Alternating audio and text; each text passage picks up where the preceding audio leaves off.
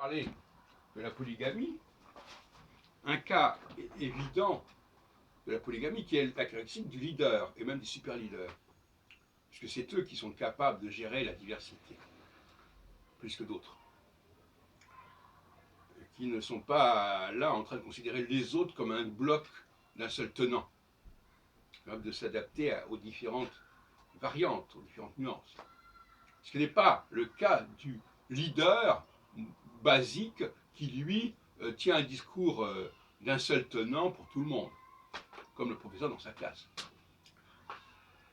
Le cas de François Mitterrand est évidemment emblématique, avec cette double vie, cette double filiation bien connue, sur laquelle je ne reviendrai pas. On a écouté d'ailleurs il y a quelques jours sur France Culture Mazarine Pinjot dans Les chemins de la philosophie.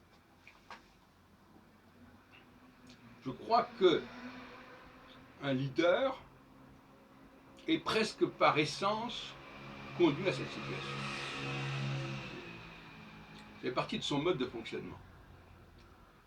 C'est un fonctionnement qui n'est pas d'exclusion. Or, le leader, le super leader, il n'exclut pas, il englobe. Le leader moyen, c'est tout à fait différent. Le leader de base, lui, il aurait tendance à être dans la monogamie plutôt. Sans oublier que, d'un point de vue cyclique, le super leader peut passer par des phases monogamiques comme par des phases polygamiques.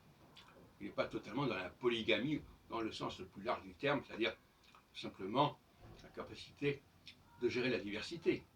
Par exemple, lorsque Mitterrand en 81 arrive au pouvoir, il englobe le Parti communiste, alors que du point de vue des voix, du nombre de députés à l'Assemblée nationale, qu'il a obtenu en dissolvant l'Assemblée nationale à son arrivée au pouvoir, il n'en est pas la nécessité.